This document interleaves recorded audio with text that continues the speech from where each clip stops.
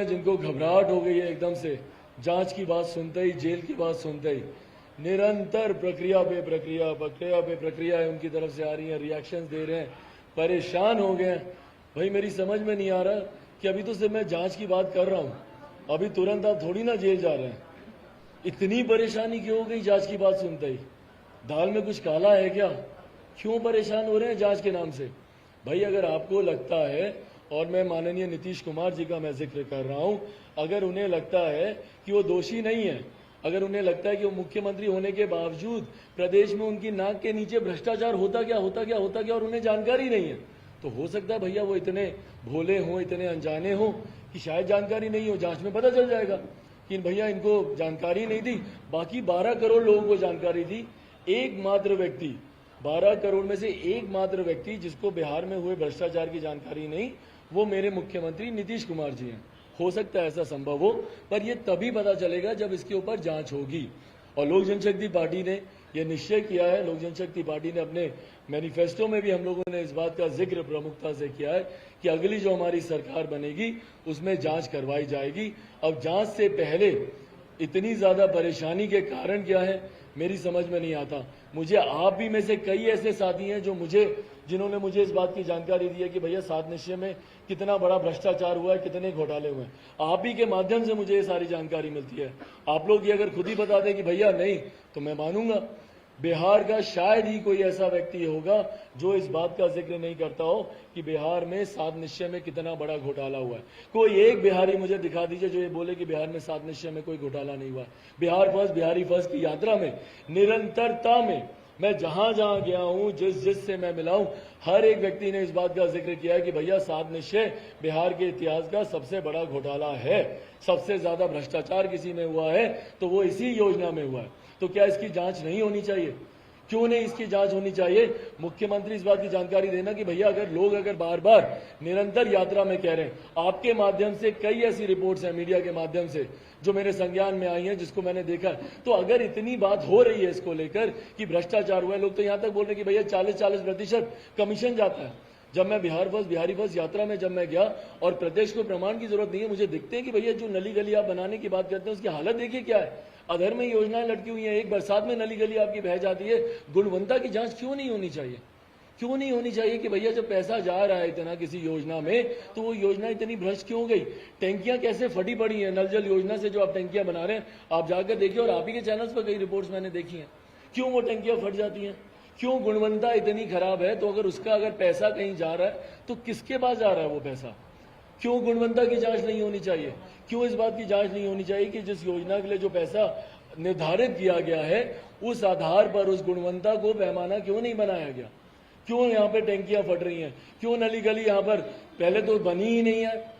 मुख्यमंत्री बोलते हैं कि भैया 85%, 86%, पता नहीं क्या क्या आंकड़े देते हैं। एक जिला मुझे बिहार का नहीं, और अब तो मैं विधानसभा वाइज में घूम रहा हूँ, कोई विधानसभा ऐसी नहीं है जहां पर लोग मुझे नहीं बताते हो कि भैया किस तरीके से यहाँ पर नली गली की हालत है और नल जल की जो योजना है किस तरीके से पूरी तरीके से विफल है।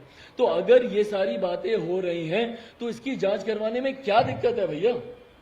दूध का दूध, पानी का पानी हो जाएगा जांच में। आप जांच तो होने दीजिए, पर जांच होने से पहले ही इतनी घबराहट जस्ट बिकॉज कि आप मुख्यमंत्री, आप जेल नहीं जा सकते, ऐसा तो नहीं है ना। Everybody is equal before law, कानून के सामने सब बराबर है, सब एक समान है कानून के सामने। जांच होगी, अगर आप दोषी होंगे तो आप जेल जाएंगे, क्यों नहीं जाएंगे? भाई एक और मुख्यमंत्री है जो अभी जेल में है भ्रष्टाचार के आरोप में, 15 साल का उनका भी कार्यकाल रहा, और उसके बाद पता चला कि उन्होंने भैया भ्रष्टाचार किया तो सजा काट रहे हैं। आप भी सजा काटेंगे अगर आपने भ्रष्टाचार किया है? नहीं काटेंगे तो नहीं, अगर किया तो आपको डर किस बात का? क्यों इतने परेशान हो रहे हैं कि आपके मंत्री भगवान जाने क्या क्या बोलने पर आ गए? ऐसे ऐसे शब्दों का प्रयोग कर रहे हैं, ऐसी ऐसी भाषा का प्रयोग कर रहे हैं उनके मंत्री लोग। क्या बोल रहे हैं भैया कि ये जमूरा है? जमूरा कहा गया ना मुझे। आप मुझे बता दीजिए, अगर मैं जमूरा हूं तो मदारी कौन है? किसका अपमान कर रहे हैं ये लोग? बोलने से पहले ये पूरी तरीके से भूल जाते हैं। निरंतर मुझे यही तो कहा जा रहा है कि मैं प्रधानमंत्री जी के इशारों पे काम कर रहा हूं, मैं भाजपा के इशारों पे काम कर रहा हूं। तो किसका अपमान कर रहे हैं आप भैया? मुझे जमूरा बोल के किसको आप मदारी कहने की बात कर रहे हैं? प्रधानमंत्री जी का जो अपमान, जो निरंतरता में ये लोग करते रहते हैं, कभी उन्हें कालिदास कहा जाता है, कभी उन्हें क्या कहा जाता है, मेरी समझ के परे है कि भैया ये लोग क्या करना चाह रहे हैं। कि किसी एक व्यक्ति के विरोध में आप हमारे देश के प्रधानमंत्री का विरोध करने लग जाते हैं। आप तो उनके सहयोगी रहे। मेरी फिल्मों के बारे में लेकर कहा जा रहा है कि भैया उसमें इसका पैसा लगा, उसमें करवाइए ना, जांच करवाइए। कौन मना कर रहा है? मैंने मना किया क्या? मैं डर रहा हूं क्या किसी बात से? जिसका पैसा लगा आप उसकी जांच करवाइए, बल्कि जांच लगवा के मुझे भी बताइए, क्योंकि मेरी भूमिका तो एज एन एक्टर थी उस फिल्म में। आई हैड नो आइडिया, मुझे कोई जानकारी नहीं थी कि भैया उसके पीछे कौन इन्वेस्ट कर रहा है, नहीं कर रहा है। मेरी भूमिका जितनी थी, जाके काम करना, काम किया, आया। उसके बाद बोलते कि भैया नहीं चली फिल्म, फ्लॉप हो गया। हाँ हुआ, मानता हूं, मैं कहां मना कर रहा हूं भैया, इस बात को तो मैं भी ईमानदारी से कबूल करता हूं। बट मैं उतनी ईमानदारी से मैं ये भी कहता हूं कि अगर 4 साल, 5 साल, 6 साल अगर मैं उस इंडस्ट्री में रहता तो कहीं ना कहीं एक अपना डिसेंट नाम है जरूर वहां पर मैं बनाता। अमिताभ जी को देखिए, कौन से ऐसे एक्टर हैं जिन्होंने स्ट्रगल नहीं किया वहां पर। स्ट्रगल हर क्षेत्र में होता है, पर उन दिनों भी जिस तरीके से पिताजी की तबीयत खराब थी, मजबूरीवश मुझे आना पड़ा था वापस, और मैं यहाँ पर आया। और हकीकत ये भी है कि वहां पर जिस तरीके से मैंने हालात देखे, बिहारियों को मौजूदा मुख्यमंत्री की वजह से जो बिहारियों को वहां पर बदनामी झेलनी पड़ती है, जो प्रताड़ना झेलनी पड़ती है, बिहारी शब्द तक को गाली बना दिया गया था वहां पर। बंबई में रहकर मैंने सामने से मैंने देखा कि किस तरीके से बिहारियों को अपमानित किया जाता था, उनके ऊपर लाठियां चलाई जाती थी। मैं क्यों बार बार बिहारी बिहारी बिहारी बिहारी बिहारी शब्द का मैं इस्तेमाल करता हूं? मुझे ताज्जुब हुआ एक दिन जब मैं एक ट्वीट लिखवा रहा था, तो मेरे बैक ऑफिस के लोग बोलते हैं कि भैया इसमें बिहारी शब्द की जगह बिहारवासी कर दीजिए ना। क्यों बिहारवासी मैं करूं? क्योंकि आपने बिहारी शब्द को आपने इतना बदनाम कर दिया, नीतीश कुमार जी ने, कि आज की तारीख में बिहारी शब्द गाली बन गया। लोग उसके पर्यायवाची ढूंढते हैं पर बिहारी नहीं बोलते। कोई पंजाब के व्यक्ति को दिक्कत नहीं होती पंजाबी बुलाने में, कोई महाराष्ट्र के व्यक्ति को दिक्कत नहीं होती अपने आप को मराठी कहलाने में, पर बिहार के लोगों को। और इसीलिए मैंने अपने नाम के आगे मेरे सोशल मीडिया पे, भले वो युवा बिहारी लिखने की बात हो या मेरे ट्वीट्स या मेरे ओपन लेटर जितने, मैं उसमें जानबूझकर मैं बिहारी लिखता हूं। मैं संबोधन करता हूं अपने आप को बिहारी कहकर, अपने हर मन से। मैं बिहार की जनता को मैं बिहारी कहकर मैं संबोधित करता हूं। क्यों? क्योंकि इस शब्द की अस्मिता की लड़ाई है मेरे लिए। ये जो पहचान हम लोग खो चुके हैं अपनी, जो पहचान बदनाम हो चुकी है हमारी, उसकी अस्मिता की लड़ाई लड़ रहा हूं। 12 करोड़ बिहारियों की मैं लड़ाई लड़ रहा हूं। मैं चाहता हूं कि जिस गर्व से, जिस सम्मान से मैं बोलता हूं भैया कि मैं बिहारी हूं, यही गर्व, यही सम्मान हर बिहारी की आंखों में मैं देखना चाहता हूं।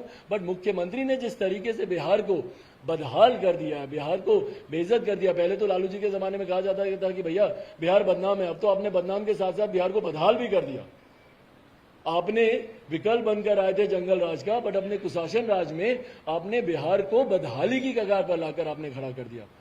पलायन के लिए युवाओं को आपने मजबूर कर दिया। और मेरी चिंता उन युवाओं के लिए तो है ही है जो कि रोजगार के लिए दूसरे प्रदेशों में जाते हैं। मेरी चिंता उस सक्षम परिवार के युवाओं के लिए भी है जो दूसरे प्रदेशों में जाकर तो अपना व्यवसाय अच्छे से बना लेते हैं, वहां पर 100, 50, 500, 1000 लोगों को रोजगार भी दे देते हैं, पर यही परिस्थिति यहां पर नहीं कर पाते।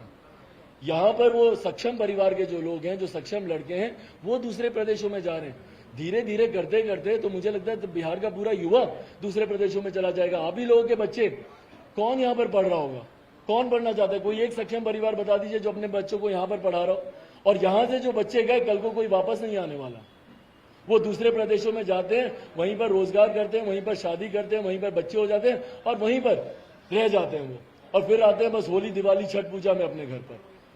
तो अगर बिहार का पूरा युवा ही पलायन कर जाएगा, और युवा विरोधी सोच है मुख्यमंत्री की, नहीं चाहते कि युवा पढ़े, 3 साल की डिग्री आपको 5 साल में मिलती है, नहीं चाहते कि रोजगार मिले, साफ मना करते हैं कि भैया कारखाने नहीं खुलेंगे। तो ये सारी चीजों पर कारण क्या है, उन तमाम चीजों की जांच होनी जरूरी है कि भैया पलायन क्यों हो रहा है यहाँ पर, क्यों नहीं इसकी समीक्षा की जाए। समीक्षा शराबबंदी की क्यों नहीं की जाए, मुझे बताइए आप, क्यों नहीं की जाए शराबबंदी की समीक्षा? किसको नहीं पता है? किसी एक बिहारी से पूछ लीजिए जिसको ये नहीं पता हो कि भैया बिहार में शराब मिलती है कि नहीं मिलती है। जो लोग बाहर से आ रहे हैं, आज चुनाव है तो कितने ऐसे रिपोर्टर्स हैं जो कि दूसरे प्रदेशों से आ रहे हैं, वो आकर खुले मुंह बोल रहे हैं कि भैया हमको तो पता चला यहाँ पर कि होम डिलीवरी हो रही है शराब की। तो नहीं हो रही है क्या? बता दीजिए मुझे। और फिर वही बात है कि पूरे 12 करोड़ बिहारियों को पता है, मात्र एक व्यक्ति जिनको नहीं पता वो हमारे भोले मुख्यमंत्री नीतीश कुमार जी हैं। मुझे तो कुछ पता ही नहीं, कुछ हुआ ही नहीं, मैं तो जानता ही नहीं। भाई कैसे नहीं पता? आपकी नाक के नीचे एक मंत्री, मैं दावे के साथ कहता हूं, जिसको ये बात नहीं पता हो कि बिहार में कैसे खुलेआम शराब बिक रही है, और जो तस्करी हो रही है, जो तस्कर नए बन रहे हैं, उनको किनका संरक्षण मिल रहा है? पहले तो राजस्व आता था शराब बिकने से, अब जो राजस्व आना बंद हो गया है और उसके बाद भी ब्लैक में जो शराब बिक रही है, उसकी जो तस्करी हो रही है, उसका पैसा किसकी जेब में जा रहा है बताए ना मुख्यमंत्री, किसकी जेब में जा रहा है बताइए नीतीश कुमार जी। वो पैसा आपकी जेब में जा रहा है, किसकी जेब में जा रहा है वो पैसा? क्योंकि शराब तो बिक रही है, यकीनन बिक रही है, उसमें कहीं कोई संदेह नहीं है, ये आप सब भी जानते हैं। 1% का डाउट आप लोगों के भी दिमाग में नहीं है कि शराब नहीं बिक रही। कोई बिहारी ऐसा बिहार में नहीं है जो इस बात को मना कर दे कि नहीं भैया बिहार अब एकदम अच्छा हो गया, पवित्र हो गया, साफ हो गया, कोई यहाँ पे शराब नहीं बिक रही। मैं समर्थन में हूं शराबबंदी के। 2016 में अगर मेरी जानकारी और याददाश्त मेरी सही है, 2016 के आसपास जब ये लालू जी के साथ गठबंधन में थे तो उस वक्त इन्होंने शराबबंदी का ये निर्णय लिया था। उस वक्त हम लोग विपक्ष में थे, मैं भारतीय जनता पार्टी और मेरे प्रधानमंत्री आदरणीय नरेंद्र मोदी जी के साथ गठबंधन में था। उस वक्त विपक्ष में होने के बावजूद मैंने शराबबंदी का समर्थन किया था कि बढ़िया फैसला, अच्छा फैसला होना चाहिए। पर आज मुझे बताइए, जो नए तस्कर बने हैं और जो तस्करी हो रही है, उस तस्करी का पैसा किसकी जेब में जा रहा है? और अगर हर बिहारी, 12 करोड़ बिहारी और आप सब ये बोल रहे हैं, तो क्या इन चीजों की जांच नहीं होनी चाहिए? क्यों घबरा रहे हैं फिर मुख्यमंत्री इन सारी जांच से? उसके बाद मुझे कहा जाता है कि भैया आप माफी मांगे। किस बात की मैं माफी मांगू? मैं 12 करोड़ बिहारियों की आवाज बन रहा हूं, मैं इस बात की माफी मांगू क्या? और जांच होने दीजिए ना, क्यों जांच से डर रहे हैं? कल को अगर जांच में अगर मुख्यमंत्री दोषी पाए गए तो क्या ये लोग माफी मांगेंगे जो आज मुझे कह रहे हैं माफी मांगने के लिए? और जांच में दूध का दूध पानी का पानी हो जाएगा। नहीं, अगर आपको लगता है कुछ लोग इतने नतमस्तक हैं और भाजपा के कुछ ऐसे लोग हैं जो मुख्यमंत्री के प्रति ज्यादा अपनी वो दिखाते, श्रद्धा दिखाते, भैया भाजपा के प्रधानमंत्री जी के प्रति अपनी श्रद्धा दिखाइए, उनके प्रति अपनी आस्था दिखाइए। नतमस्तक हो रखे हैं एकदम पूरी तरीके से मुख्यमंत्री के सामने, नीतीश कुमार जी के सामने कि भैया माफी मांगे। किस बात की माफी मांगू? जांच होने दीजिए ना। मैं तो बोल ही रहा हूं कि जांच में अगर उनका नाम आया तो वो जेल जाएंगे और 100% वो जेल जाएंगे। जस्ट बिकॉज कि आप मुख्यमंत्री हैं, आप रसूखदार हैं। अगर आप ये सोचें कि मैं छोटे अधिकारी हैं, उन लोगों को फंसा दिया जाएगा और मैं छूट जाऊंगा, ये होने नहीं वाला। अगली लोजपा की सरकार में जांच होगी, निष्पक्ष जांच होगी और दोषी पाए जाएंगे तो मुख्यमंत्री जेल जाएंगे।